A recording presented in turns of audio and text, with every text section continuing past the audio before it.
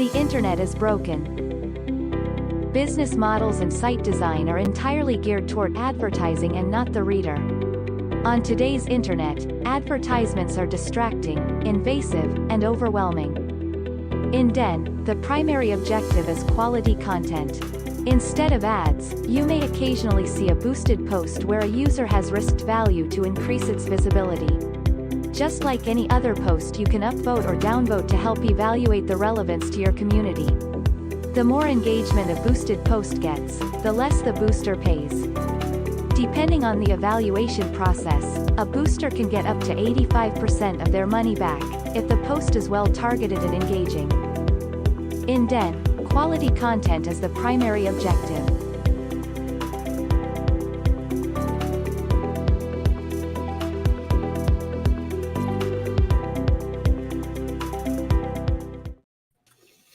Hello and welcome to World Blockchain Roundtable. I am your host, John, aka T Swift or Die, and today we are going to be talking about using blockchain to help the climate and the planet. But first, let me introduce our hosts and our panel and our guests today. Starting with always, it seems like I have Distant, aka Dave, here. Yo. You might know him from Coffee with Ben or every other episode of World Blockchain Roundtable, Den DAO calls, or wherever you find him on the internet. And we've also got Litecoin Lisa here as well. You know her from the Mighty Layer and her YouTube channel. Anything else? And you can also join her on 421 and 422. I'm forcing you to say cool. it. I love it. Yeah. Promoting my event. I'm being strategic. Please, I'm gonna start doing that too. Just putting little things in there. And then we have Greg from Rivet, a cypherpunk. And you can see him talking to people. Great. Yeah, I'm glad to have you all here. I'm excited for today's topic, and we have a little bit of a smaller group today, which is awesome. We can really kind of like dive into stuff and have some fun. Before we get into today's topic, also, I want to give out a lot from last week and a couple updates. So last week, each host from last week is going to receive 111 lot. Each topic contributor from last week is receiving 55 lot. Last week's theme was fighting fraud and cryptocurrency. Cryptocurrency industry, which was introduced by Darox, who's going to receive 55 lot for that. And remember, these ownerships come with passive and perpetual income, free edits, and governance votes. Great. And then racking them up. Yeah, and then we got a little bit more stuff that happened too. The World Blockchain Roundtable DAO had some votes. Great, and you got it right there. I love it. I was approved and now have to continue to be the master of ceremonies for every single World Blockchain Roundtable going forward the rest of my life. They put a lot. There was a lot that went into this. So it passed by a nice slim margin there, but luckily nobody denied it, so that's nice. Yay! So I'm the permanent host. We changed unanimous, the order. Yeah. Ish. You what? It was 48% unanimous. Yeah, it's a nobody weird else voted. Like, only 12. Yeah, just like it was like, oh, we've reached our over 50%. I don't need to show up anymore. It was great. Don't vote unless you have to. It's awesome. Great. Also, we changed the order of the shows to match U.S. tax week. So I believe we switched the one that's like blockchain and taxes or something like that with Game Show 2.0. There it is, right in front of my face. Change the order of taxes to week 2 and Game Show to 2.0 to week 3. So I have one extra week to be prepared for it. I'm excited. And then the last one, we let me post it. How did this make it to this? I wasn't able to post a World Blockchain Roundtable, so now I can. There was a previous DAO decision to let all the hosts post. The host you post should have been allowed to do that through that. It's just I just love the fact that there was a vote to announce Yeah. that I'm allowed to post in this like forum with these people, and I'm It's the one hosting the show Yeah. and announcing the fact that I'm now allowed to be a Look part at of this me. meeting. It's nuanced, but the way that it works because of how Den is built is that actually changes the permissions for your Mhm. account, so that the DAO can, in a decentralized fashion, vote on people's permissions in that layer, which is kind of a neat thing. Everybody can vote and say shut this person up, or they can say no, let this person speak if it is a thing that they need, a decision that needs to be made. So that's why that's an extra vote in there. I go ahead, Greg. Oh, I was saying the neat thing about it is like the sky's the limit for that kind of, as Den gets more capabilities, you might imagine like who can pin posts could be a thing that could come up later. Like that's you can really break down permissions by vote and make it so that nobody feels like they're getting at the very least told what they have to have, as opposed to that they have a say in what they get. So, which is cool. It's cool, and then I can also just put up weird little votes for whatever I want. It'll be fun. I created some clips from some previous shows that we did, and I went to put them in the layer and realized I couldn't. So now I can. But you can also check those out on the Den layer if you want to check that, see those too. Great. And did I hit everything? Okay, yeah, and great. Now we're going to move into the theme for this week. The theme for this week is using blockchain to help the climate/planet. And this was nominated by me. I think I was in like a brainstorming session where I just threw out like 7 ideas, and 3 of them got picked. So that was cool. Great. So we're going to kick things off and just go straight into questions today. And let's take a look at the first question that we have.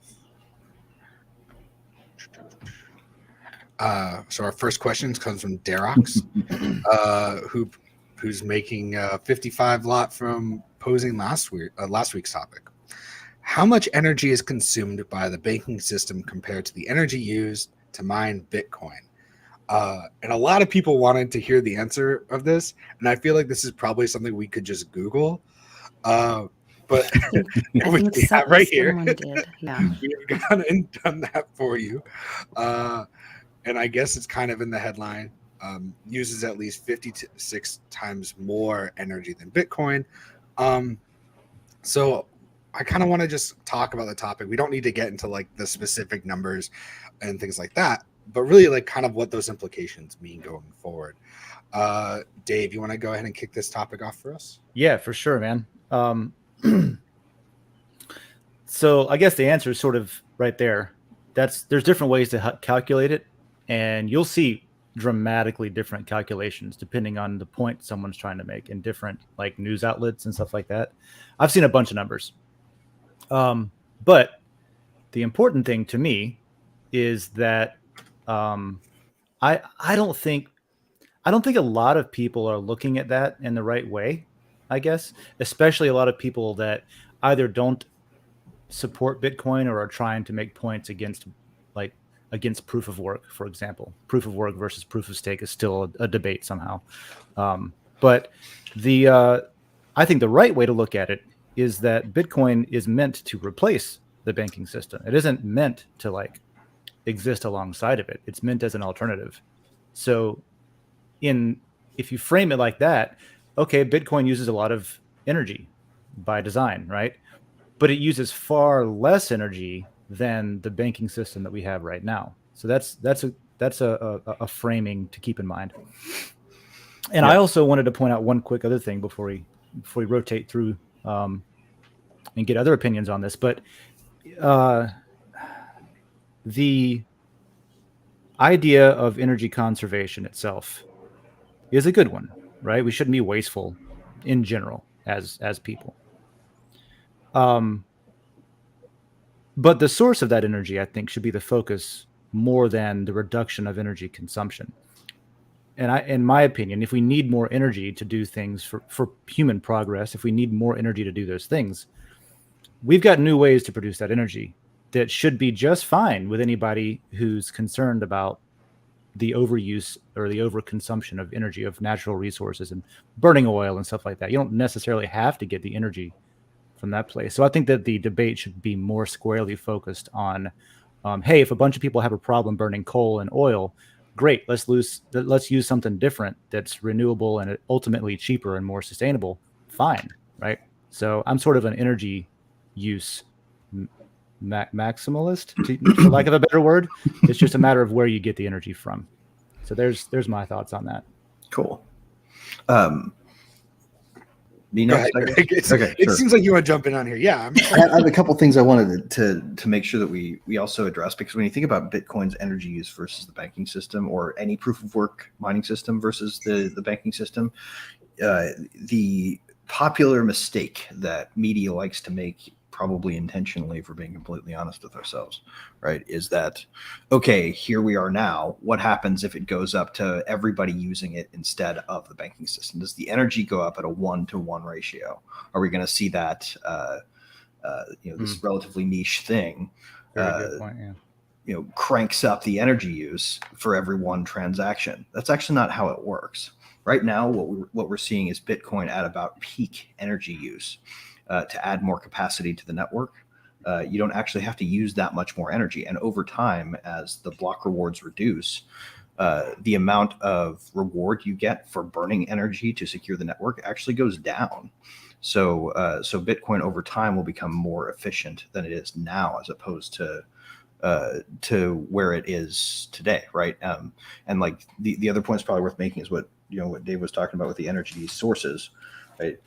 Whether or not you believe that we can burn enough fossil fuels to change the climate, right? We have in front of us no need to ask that question, right? We have the ability to push forward with things like was Lawrence Livermore Labs, right, that had the breakthrough with reaching unity with a fusion ignition on a laser-based system, something like that. The amount of money we spend on trying to get the grid to work with batteries and variable renewables may not be the best use of our money, and so we got to be careful to not over focus in this idea that ultimately the planet's going to run out of stuff. Right? That's true. It's going to run out of stuff. We're nowhere near that, but we need to focus on getting to a place where it doesn't matter, and really pursuing fusion, I think, is going to be a really big part of that. Last point that I want to make: none of the Bitcoin miners are involved in the need to smelt any metals or grow cotton, which you have to do to have any of the paper and metal fiat currency that's floating around. So that they're not running smelters, which is, I think, an environmental win, even when we're not talking about carbon gas.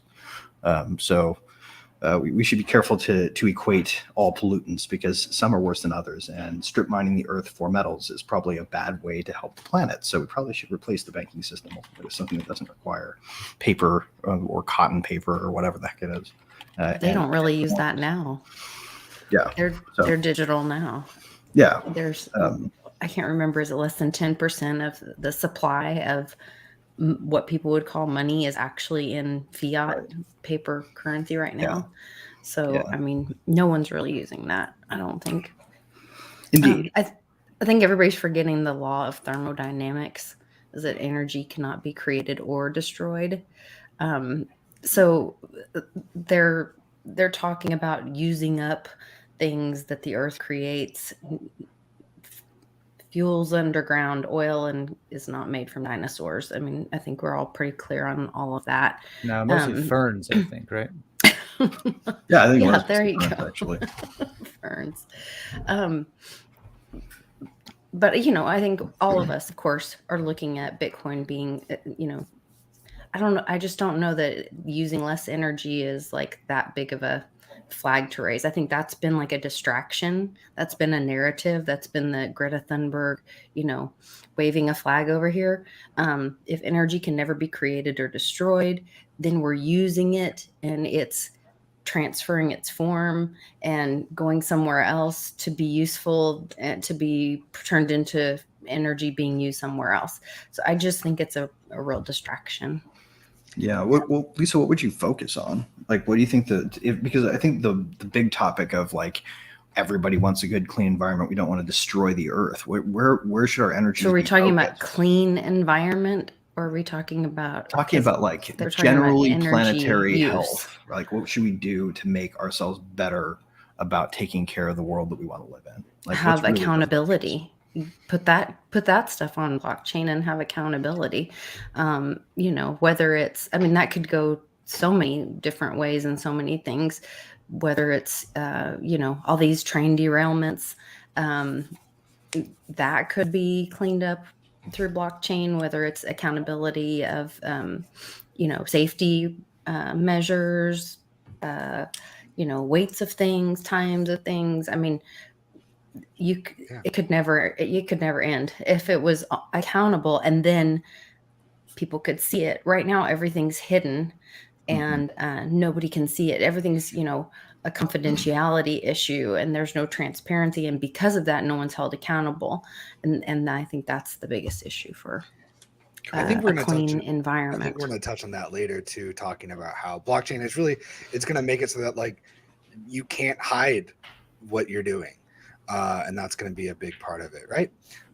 And that was kind of like my question that I have is like, okay, is this the fact that like the amount of energy that banking or Bitcoin is using, are those really the big things that are those like the biggest issues, or are those, like Lisa said, just kind of distractions? Like, yeah, everybody's like trying to stop using plastic bags. Well, you know what? If we went after the big polluters, then like the little day-to-day things we do won't really matter as much. Right.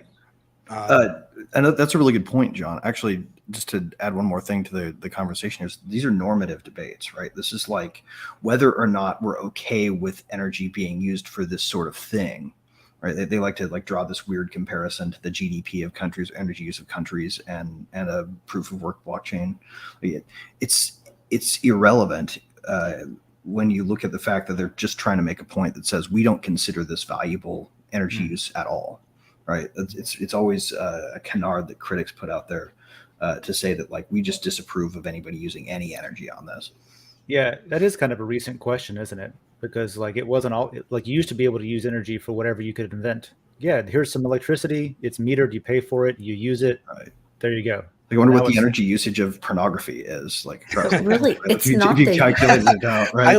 Oh my God, I love that argument. It's not the usage of energy, right? It's what they're really, what they should be, or what we're talking about is pollution, or the damage that it's doing to the earth, our the ground, the poisoning that we're seeing in the waters, all that kind of stuff. Like that's the kind of stuff that should be measured, not how much energy you use. It's how much destruction are you doing. And that's where they're, pointing one direction instead of the other. Yeah, false equivalence between the two, I think. Yeah, you're right. Perfect. Well, let's move on to the next question. I liked how we answered that one. Can I actually do a quick I know, God, man. Dave, you did this to me. All right, I know.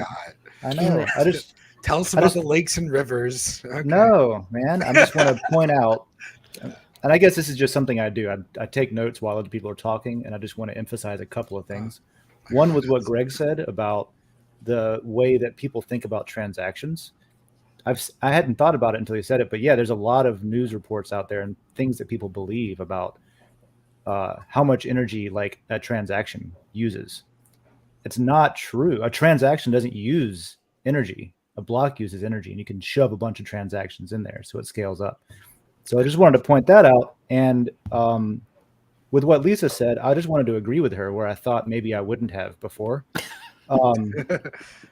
Because it is the case that we have a limitation of energy recapture, right? If you're transforming something into thermal energy to get useful work out of it, the waste comes from not having the technology to recapture it in some way. That's where some of it comes from. And so that kind of goes, it's just cool because I thought I was going to disagree with Lisa, but I actually agree. I think that we should focus on technology and improving the way that we use the energy. And then the accountability thing is important too. When I was in the Navy, we had this concept called gun decking, where you would just fill in the boxes and say you did something maintenance wise when you didn't, right? And it would cause issues because if you don't do your maintenance, even though you say you do, looks great on paper, but then something explodes down the road and a bunch of people get hurt. And that's of like, if you can reduce that frequency with the train derailments thing that Lisa was talking about. That's something directly that blockchain can be applied to. Right. Well, so I just thought those were important points, and I wanted to derail John long enough to get him out. I do want to derail a It's little bit fine. further We're on 20 that minutes one. into this show, and we've done one question. Good. I think I got through the opening is the quickest I've ever done it. Yeah, which I love, which lets us kind of go back and forth more. So yeah, let's take a look at the next one. And a lot of these like topics we bring up are going to bleed into other questions. So that's why if I can move to the next question, you're not going to miss out on what you get to say. Okay, noted. Great. Token, yeah, write it down in your notes. Noted.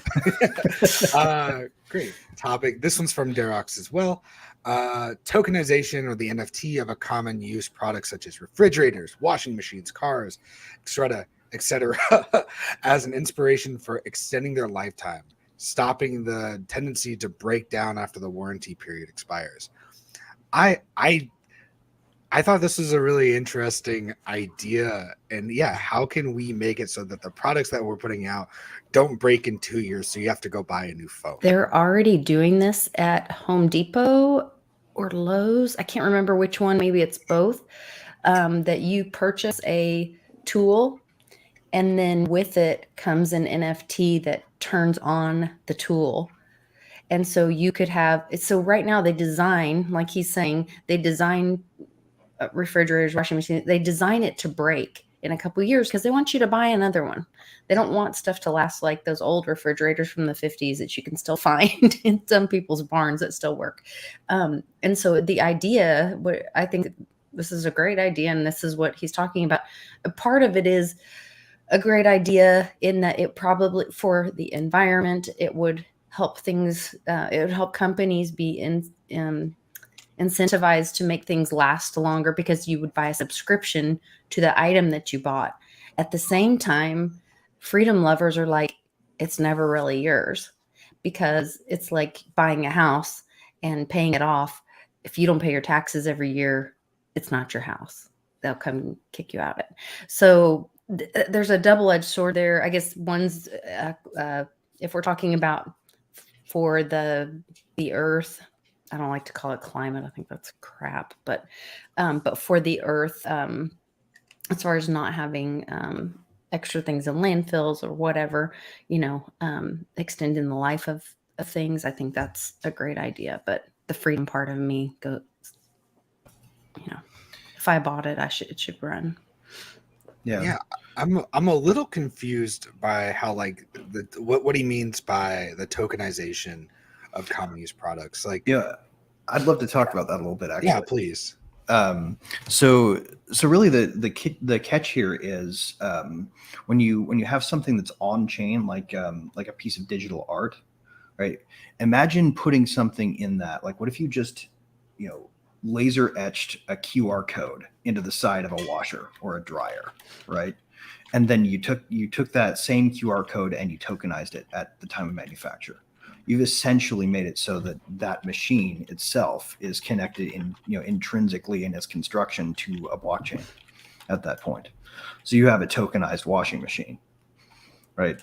Now, that's laser etching the QR code onto the side isn't as far as you could go. You can take like a really secure, sort of like, if you've heard of Apple's secure enclave for their iPhones, where there's like this encrypted portion of the chip that only you can access with only your passcode kind of thing.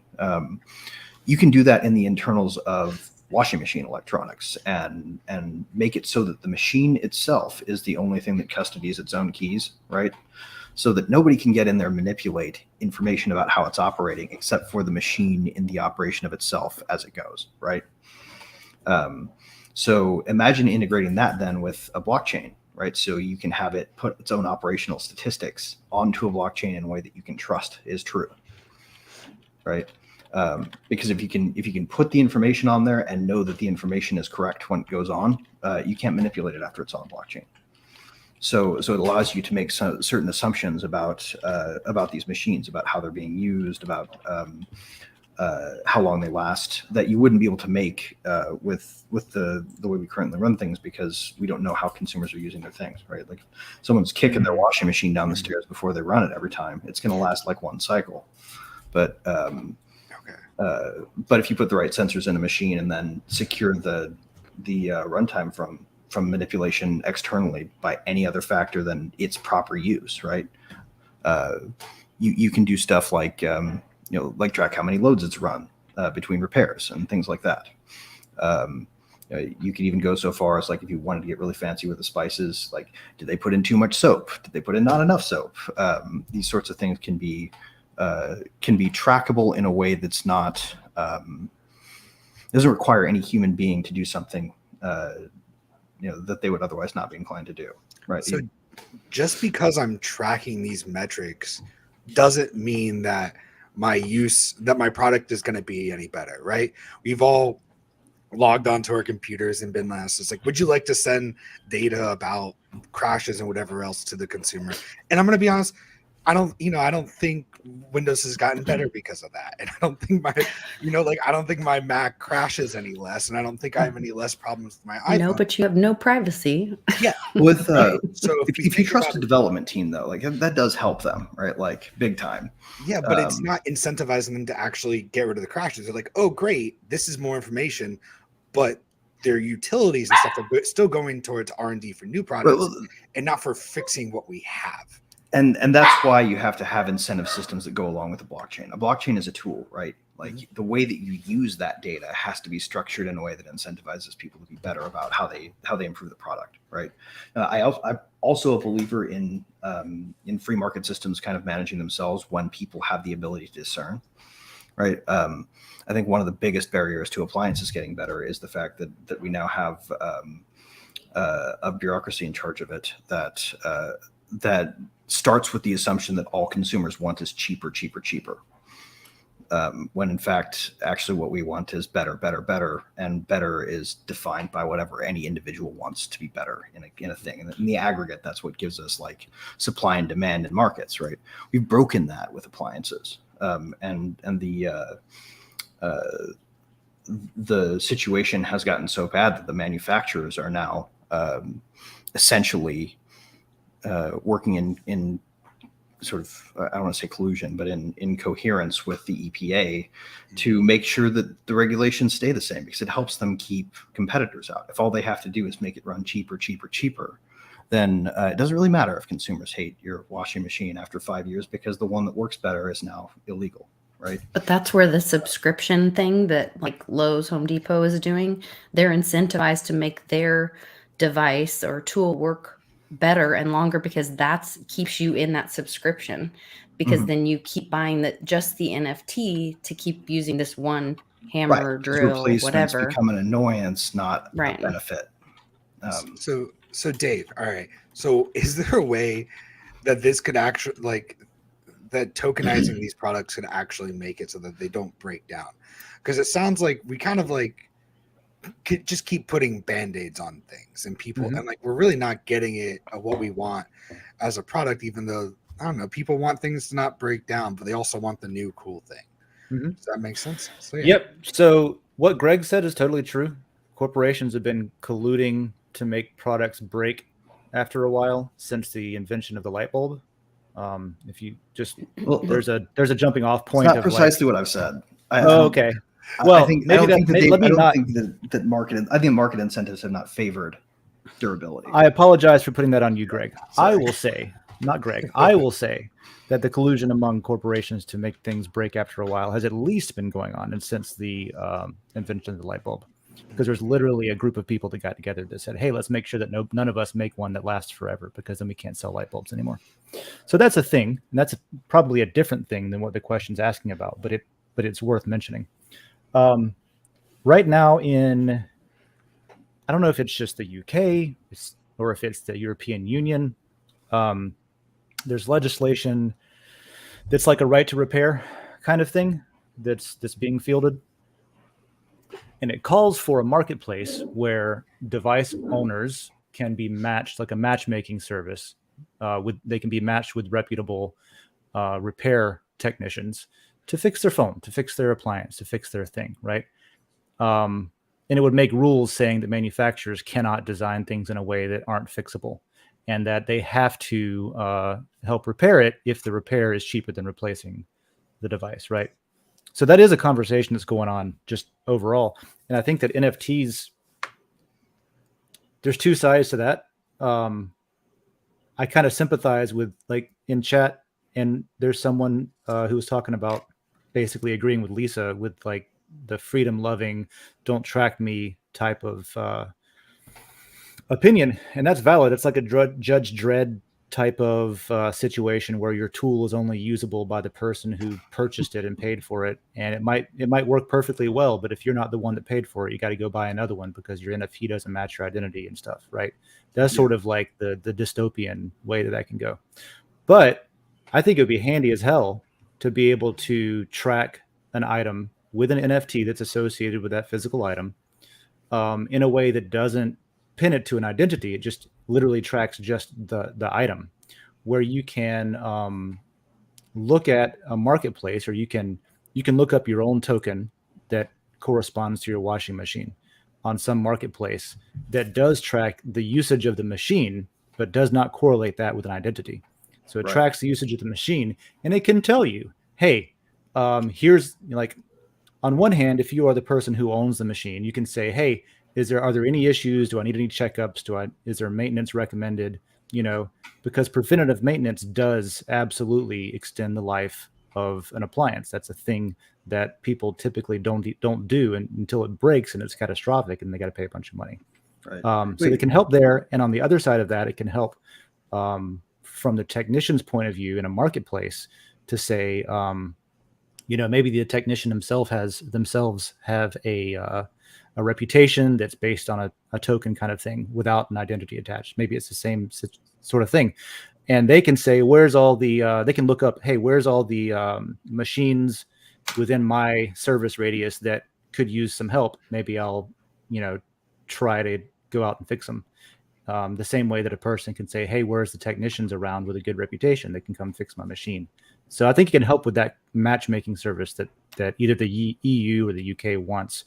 And it can make it, where there isn't a database for someone on the dark web to sell, to hack into, and that's the last thing is, like, it's a security feature, and it's like a data safety feature where if you're not making a honeypot for hackers to break into and steal all the personal information, for like identity theft and stuff like that, then it's just inherently a safer marketplace to operate in. Right. That's how I see that working out.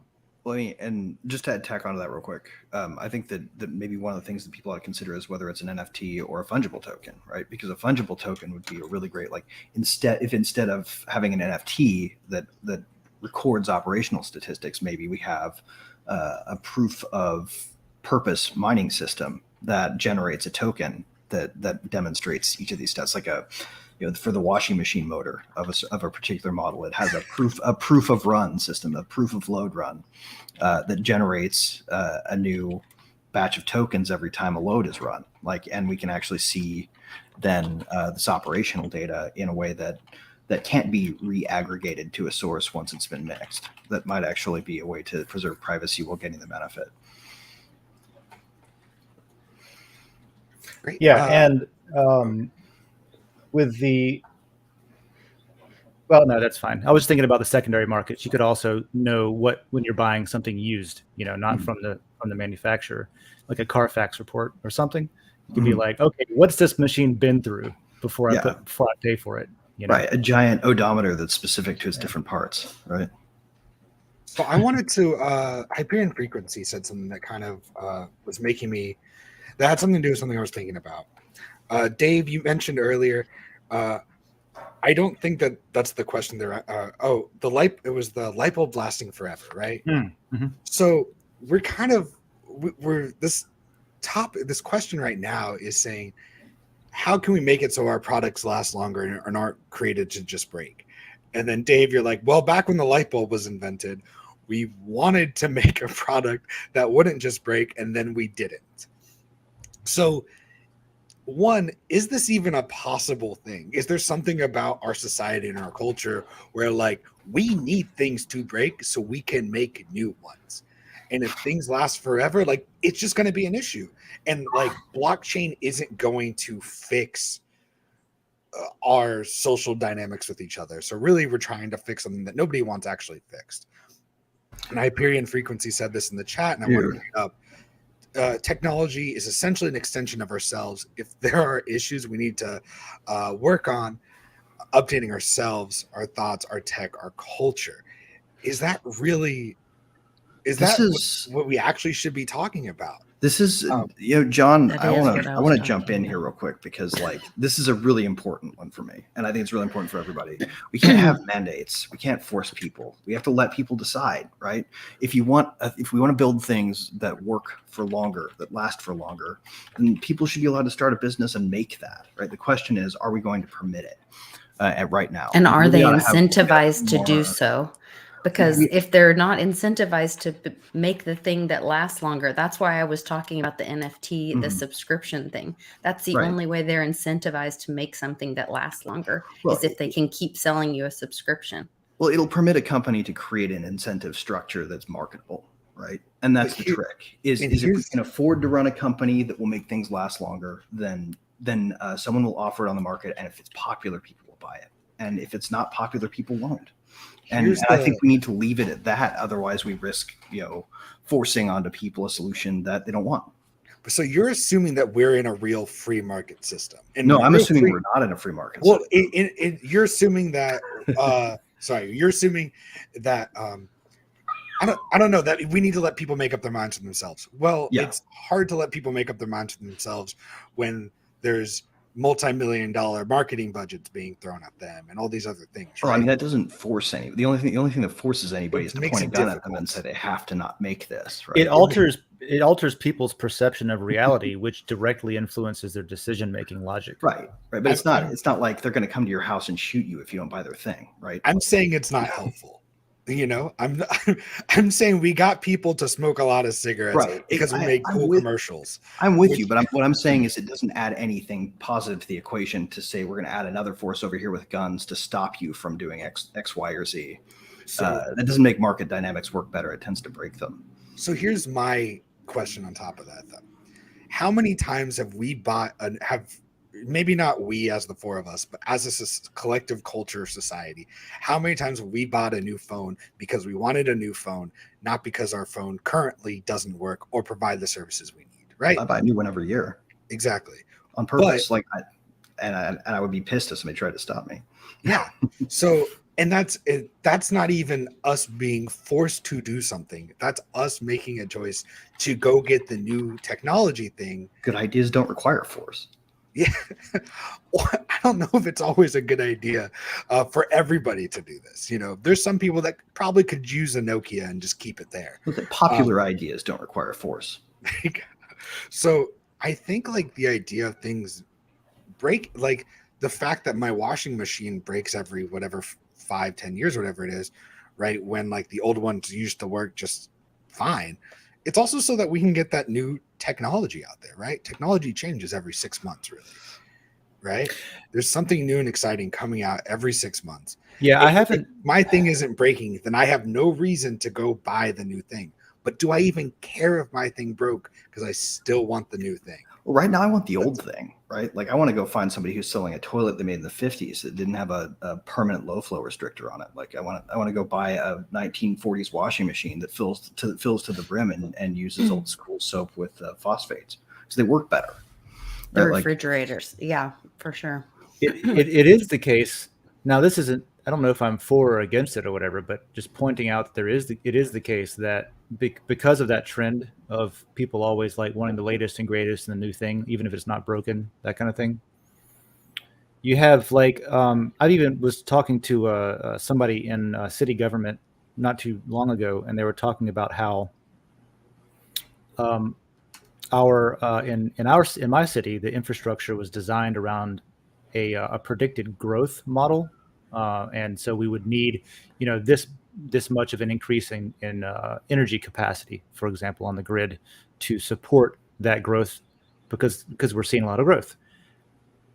And what wasn't really taken into account and what ended up happening was that the energy, even though the growth did occur and is still happening, the adoption and the buying of new stuff, appliances and light bulbs and LED light bulbs and energy conservation stuff, that stuff is being adopted and people are buying new things. And so what they saw was a plateau of energy consumption, even with a growth of new stuff being installed on the infrastructure. And I think that's at least interesting because there is that dynamic as well. Yeah, that's true. All right. So let's move on to the next question. Love it. Amanda's reading my mind. Can blockchain help improve conservation efforts for natural resources such as forests and wildlife? And we kind of talked about this earlier. So I'd love to we have like a few more questions to get through as well, and we're running out of time. So I'd love like some like quick thoughts on these as well. Mm-hmm. I think Lisa, do you want to start with this one? You're muted. I'm sorry. Sorry, my husband's decided to mow the lawn this morning right outside my office. I apologize. I have a friend from Brazil, and she has some childhood friends that are now biologists and doing all this stuff, and they are actually blockchaining the resources of the Amazon in Brazil. And I'll mute myself again because I don't know if you can hear the... We can't. Not so bad at all. Thank God, because it's terrible over here. Okay. He's in so much trouble. Anyway, so they're blockchaining like the resources of the Amazon. This was happening in like 2018, 2019.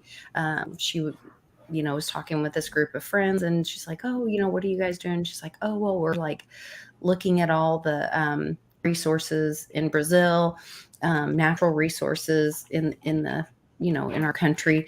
And then she asked her, she said, well, how are you storing that? Is that, ledger? Is it? And she said, oh no, we're putting it on blockchain. And so if you think about that, those are the resources of a nation. And when we go into this reevaluation of the currency that I think we're all facing, each nation could really look at all of their assets, not just, oh, we have oil, or, oh, we have gold, or, oh, we have silver, but this is our nation's resources and natural resources, including it on that. This sounds like the most complicated game of Risk, and I love it. Greg, real quick, what do you think about I think that right now what our biggest challenge is overcoming this idea that we can bottle reality and monitor it in a way that allows us to control it. And really the most important thing that we ought to be doing is using blockchain to monitor our intervention efforts in resource management, to make sure that they're actually giving us a bang for our buck and not just wasting everybody's money. Because I think there's a lot of stuff that we do, like fires in California, for example. The way that they manage controlled burns is so poor. That they allow undergrowth to build up, and it causes these bad fire years to happen. And then they do things like blame drought or blame campers. But in reality, they ought to be pointing the finger squarely at themselves because they don't allow natural burn processes to take place, and it creates this buildup. If we actually had blockchain data to prove that, they wouldn't be able to stand up and say, well, and point the other finger, right? Like blockchains can make it so that the people who claim to have the right answer have to prove it. And I think that's what we can do to help the situation. I think that's been like kind of a theme going through this is blockchains really, when it comes to this, is going to be like accountability and transparency. Yeah. Dave, how do we protect the forests of Florida and keep Nestle out of our springs? Yeah, no kidding, right? Depressing thing to say. Just riffing on the our human, our tendencies and our our culture and ourselves sort of directing how we use technology. It's pretty common where I live when people buy like a plot of land and they want to build a house to be like, well, I got to clear out all those trees first, and they'll just like get rid of all the trees and then they'll build a house. You could incentivize not doing that, sort of like how we do like tax credits for right now. There's tax credits for buying an electric car just because that's something that was deemed something worth doing, without getting into the politics of that. But you could do that for small stuff too, to sort of change how people think about, hey, if you don't wipe out all your trees just to plant some more decorative ones, you could, that's where like tokenization of assets gets interesting to me, because everything's an asset potentially. So you could tokenize your trees, and as long as you keep them around and you don't just knock them down all willy-nilly, maybe you get some sort of tax credit for that to influence how we sort of go about our planning anyway for infrastructure and building and expanding, human growth on Earth and that kind of thing, doing it differently. Or even, Dave, just to add on to that, like a private charity could set up a situation where if you do that, so if you don't like playing with the tax system, or you're not a fan of larger government, yeah, it definitely doesn't have to come from enterprise. it could be anybody. Yeah, I was just using the example. It's the first thing I could think of is like, well, I don't know, electric cars incentive, but that sort of incentive for not I don't know, making it a loyalty program for nature. The aquifer thing, the pumping of water, I don't know right now how to address that. That seems like, because like I'm in Florida and we have sinkholes and people's houses falling into the ground because there's big orifices opening up below them because Nestle's pumping out all the water. And I don't know. I don't have a solution for that. But it does seem like we could tokenize everything, like hyper tokenization, and that could, like John said, at least bring some transparency into what's actually going on that we can look at objectively, to then inform our debates with each other. Great. All right, let's go to the next question. Love it. But yeah, I think especially with this is going to come down to like us as people wanting to make these choices too. Great. We got this one's from I am who's in the chat. How's it going? Garbage in, garbage out. How can the use of blockchain ensure that accurate climate information is captured and reported so it is objective and not made into political football? I like that. I think the problem is not made into political football. You can make anything into political football. You can make anything political. You can take something that's very obvious and be like, I'm on the other side of it, and that's just how politics is going to work. So it's I don't know how much of that's realistic, but yeah, how can we? I guess this is the transparency question as well. How can we use accurate climate information that's captured and reported, so it's objective? And again, let's keep this one a little quick too. Mm-hmm. Greg, you want to hit this one? Yeah, sure. I think the answer to this one's pretty straightforward, right? Like, if it's linkable, it's debatable on the internet, right? If you can post a link to it, you can cite it as a source.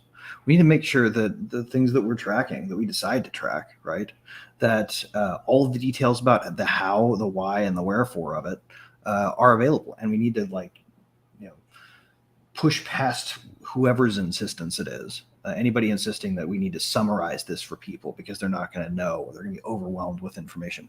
We don't have information overload as a society. We have summary overload as a society. We have like way too much, encapsulation and way too many executive summaries and not enough just like raw data. And we need to have that raw data in a way that people can access it in a way that you can't debate with whether or not those numbers are real, right? You might be able to say, the temperature readings from this thing came from a GPS position that places it on the tarmac of a runway, right, at this altitude. And so the measurements that it's getting are not right from a heat standpoint, because airplanes heat up runways by this much, that or the other, and we're not correcting for that. That's one argument you can make against like the current recent temperature rises in the UK, is that they like measure exclusively on tarmacs of runways for the most part for their weather stations. These sorts of things would be knowable and debatable in a way where you can't say, well, how do you know that?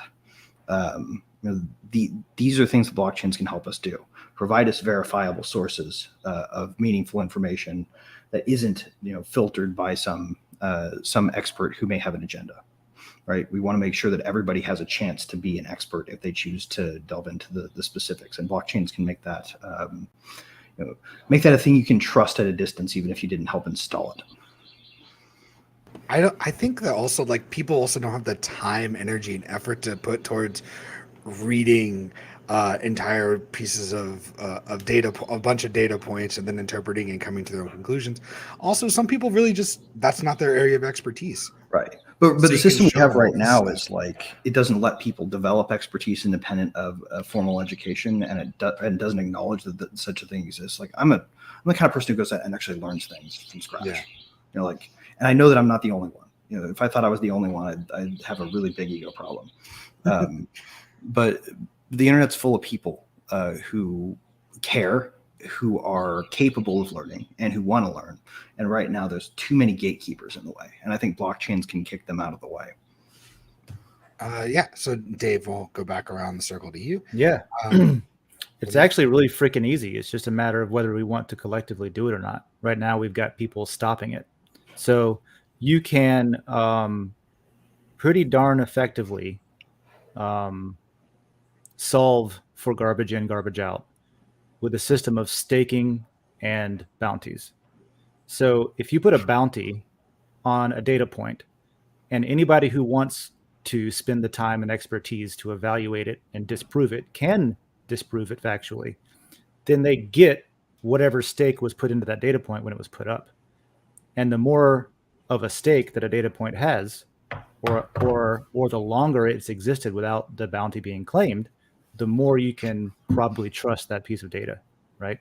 So that's the solution: stakes and bounties on all data. And you can do that today if we're allowed to do it, if we want to do it, and it's fucking easy. I love how you're putting right, science into the gig economy. Yeah. Look, you're a scientist. Here's all these bounties out there. It doesn't Yeah. this more exciting. Are you It's good like at stuff? being Do it. People are going to have to do something after copywriting is over with GPT. Lisa, that's so depressing. Lisa, do you have something to add to this? I just was going to say, kind of just piggybacking on what both of them said, but just making sure that it's apples to apples. And I guess Dave's idea of putting a bounty on it to verify that it's apples to apples that we're comparing outside of the climate. But when they're talking about right now, the inflation, and they keep changing the way they calculate inflation. You know, they used to include eggs and bacon and whatever in that calculation. And now, that's gone up too much percentage wise. So we're going to call it we're just going to say breakfast, and that could be a bowl of cereal, Yep. So making sure that we're comparing apples to apples. Yeah. Yeah. And I love Dave's idea of the bounties on it. That's a great point. I like that. All right, let's go to the next question. That was the quickest one we've ever done. Last one. How to raise funds for the best technologies of cheap and clean energy for humanity, not best only for a narrow group holding capital. Raising funds. Yeah, raising funds for best technologies of cheap and clean energy. I feel like, does anybody have an idea that's jumping out at them? Because I've got a couple silly ones I can lead off with. The best way to do this, right? Like, if you're worried about the influence of over concentrated capital in the hands of people who maybe have an easier path to money by manipulating power rather than like anybody who wants to be serious about about making the planet better through what they buy, right? You better hope the companies care what their customers want, right? Because if they don't, if all they care about is what the lobbyists are telling them they need to say in order to get the cronyism machine in line with what they want to have happen, right? So that they can make sure that there are no competitors and they don't have to do anything new. You want to make sure that capital is dispersed and can be concentrated by anybody. The number one thing we can do is get rid of the qualified investor rules. We got to get rid of that. And we got to make sure that people can use blockchains to crowdfund whatever the fuck they want, because there's this weird thing in U.S. securities law, and it's out there today. You can go listen to Gary Gensler yesterday talk about it, where they think they need to fucking patronize regular people because the rules were invented in the 1920s when, like more than half the nation was still illiterate or something, right? Everybody, for the most part, is capable enough to understand that putting their money into something makes it grow. And if the only people who are allowed to put forward ideas are people who already have lots of money, which is the current rule, then we're going to have that. And we could be using blockchains right now. We could have the ICO boom that never ended. if we could get the regulatory prevention mechanism that stops you from regular people from investing in startups out the door, like we could kick that to the curb. There would be no problem with funding new amazing things that actually get done. The problem is the rules there that are supposedly there to protect you, but they're really there to protect power. Lisa, what do you think? ICANN is working on that. If you're interested in getting behind a group to help get rid of those limitations that Greg's talking about, you can check that out. I think it's ICANN.org or ICANN.com. I'm not sure, but they're doing some good stuff and fighting back against SEC regulations. I don't know about getting funding. How to raise funds is his question for the best technologies for cheap, clean energy. I mean, I think if an idea is a good idea, and the people that hold the funds are interested in that, then they're going to be drawn to that. So I guess you have to know if you're looking at raising funds for a project and these are the goals, then you need to look at your audience, make sure that's who you're talking to or who you're pitching to. All right, Dave. How do we get money for cheap, clean stuff? Yeah, we're up against time, so I'll just keep it short and sweet. As a veteran, this is something that truthfully makes me embarrassed and ashamed and depressed about the way that things are going in this country. I spent a lot of time not thinking it was going to go this way, but the answer simply is that there's a lot of ways to do it. You're just not allowed to do it unless you're an oligarch or an elite or in the club or know somebody who is. So there's the real answer is like, yeah, we can do it and it's effective. We just only some people are allowed to do it. So right. That's where we're at. So we got to give out more membership club. Get rid of the fucking Make sure clubs. Gary gets his first, and then you're allowed. All right, sounds good. All right, so that was our last question. We have like a couple minutes, so I was curious if you guys want to like. This is kind of like a heavier topic too. I feel we were like everything kind of just sucks, and I hope we can make it better. So I kind of wanted to play a really quick, fun game with you guys if you're up for it. We're gonna play a game called Change My View. If we want to pull that one up, this is to honor the new Change My View layer that just launched, where you can go in there and put in your opinion and have somebody yell at you about how you're wrong. But this one's gonna be a little different. This is gonna be our World Blockchain Change My View Climate Edition. Okay, and the way this game works is I didn't do it. The way this game works is that I'm gonna give you a picture of a place and you have to tell me where it is. Okay, this is the GeoGuessr version of this. I figured Dave would love this, and I hope everybody else loves it and enjoys it. And then after this, you can go check us out over in Twitter Spaces, where we'll be talking current events, and rehashing all the weird things we did this show, and hope you enjoyed it. So let's get into the game really quick. Where do we think this is? Vegas. You think it's Vegas? Right. It looks Vegas-y. It's very. I'm going to go Vegas-y. with Oklahoma. It is Las Vegas, baby. Yeah. It is adult Disney World. That's where that is. This is the picture from Fear and Loathing in Las Vegas. Oh, okay. This is a more current picture of Las Vegas. There's a motel in Oklahoma with a very similar sign. I don't know where Greg's hanging out in Oklahoma. Oh, it's like close to the border between Texas Route and 66. Yep, That's Japan. there. This is Japan? That's Japan. Or it's Asian. It's got a the looks roof like a line. cherry blossom and then the architecture style over there. I think it's that's Asian. probably Kyoto. So this is Thailand. That was just a sepia Oh. picture of one that was posted by Derox. Nice. Cool. It's a pretty Yeah, picture. this is the oldest cherry blossom tree in Japan. Called it. There it is. I am had a Kyoto, I guess. Oh no, that's wrong. It's not there. You had it wrong. It's not in Kyoto. Great. So this is the oldest cherry blossom tree in Japan. Where is this? Stark Industries. That is Los Angeles, right? Is it Manhattan with like some CG over it? I'm going with Manhattan.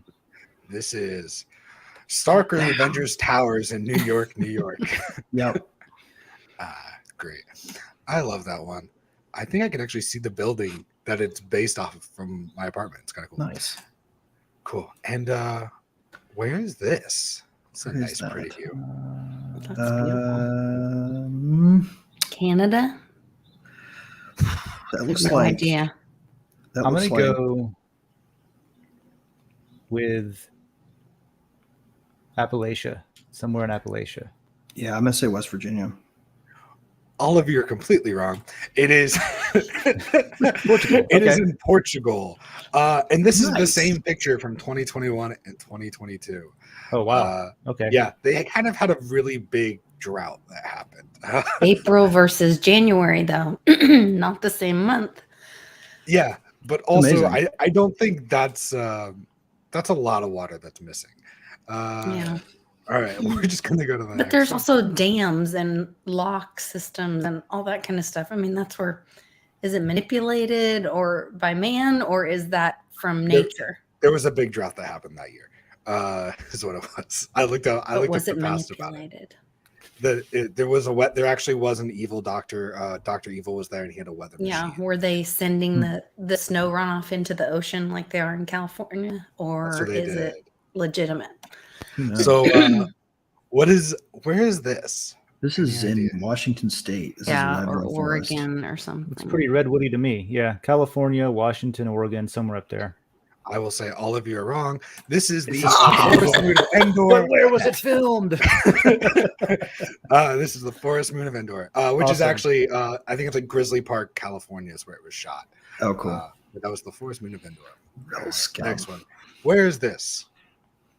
That is a On- synthwave album on YouTube. That is also the start of the video that Prison Planet uses, or the intro video for Prison Planet. Is it the Tron universe? Lisa had it correct. It is Tron. Ah. It is but that is the grid from 1982 and this is what 2010 looked like. Very, very different feel. All right. And that was the last one. Cool. Sweet. That's all I made. Yeah, good job. You guys did all right. Gotta catch up on a couple things, but it'll be okay. There you go. Thanks for that. I John. am That was for I am cool. got every single one wrong except for one. So we'll be making fun of you on Coffee with Den, 9 a.m. on Wednesdays. Yeah. Let's see here. All right, I'm only 2 minutes over. I made one more. That was really fun. No, we got to go. It's actually gotta go? 12:06, and the spaces is 12:05. To be fair, I can just And keep we going haven't as long done as I any want. outros. Yeah, but this is too fun. I love these. All right. All right. Yeah, so we'll outro here then. Thank you so much for joining us for World Blockchain Roundtable. That has been us. I'd like to thank my panel again, Distant Dave, Greg from Rivet, and Litecoin Lisa. Thank you so much for joining me and joining World Blockchain Roundtable again this week, like every week. Next week's theme is going to be the fall of stablecoins, which I think, Dave, did you suggest that one? I don't you were think so. I just voted excited for it by though. You were just excited by it. That's what it Yeah. was. So yeah, join us next week for the fall of stablecoin. Don't forget that you can share this episode. The more you share, the more our hosts and topic contributors will get. Like, share, subscribe. We'll see you on Twitter after this. And look, I'm going to give everybody time to plug something. Dave, if you want to plug something really quick, go for it. Yeah, I wrote an original article with some thoughts on World War III on DIN this morning over in the current thing layer. So go check that out. Nice. I like how you, in the current things layer, you put an article about World War III. World War III, the third in act. my head, you said World War II. Got it. Yeah. So really, that's future things. So all right. Depends. Yeah. Is I it guess though? depends. Yeah. Okay. Greg, what do you got? All right. So I'm just going to leave you guys with a thought. If we always live in the present and we're always in the moment, there wouldn't be music, because over time, a song is revealed, and you have to have the past and the future in order for music to exist. So stop living in the present and start living in the now, as if there is no such thing as time. Otherwise, you won't hear any songs in your head. Okay, that's I'll have to- beautiful. Great, break Lisa. that down later. Let us know about the I'm things just happening. gonna really quick. What's important to me in my world right now is every year we honor my daughter that passed away when she was 7 from cancer, and we do that by celebrating her life and with friends, family, loved ones, and we are going to be fundraising to support another crypto mom in the community that's going through cancer treatments right now. So get to Oklahoma City, buy your Team Mighty ticket. We've got Big Swear, Bitcoin Ben, Johnny Litecoin, all little old me will be there, and a bunch of other great people that are there wanting community and freedom and to support each other. So we're going to have a great time. So hopefully you guys can join us. Get your tickets at litecoinlisa.net. There you go. Go to litecoinlisa.net to get those tickets. Thank you so much again for joining me and for joining for being on World Blockchain Roundtable, as you always are. I'm the new one here. Yeah, and thank you. Yeah, go plant a tree or something today just to feel better about the slowly dissolving world we live in. Thanks, and have a good day, everybody. And join us over on Twitter in the Twitter Spaces. It'll be in the comments section, or you can find it on Dragon Chain's Twitter channel will be hosting it. Dragon Chain's Twitter channel. There it is. Bye.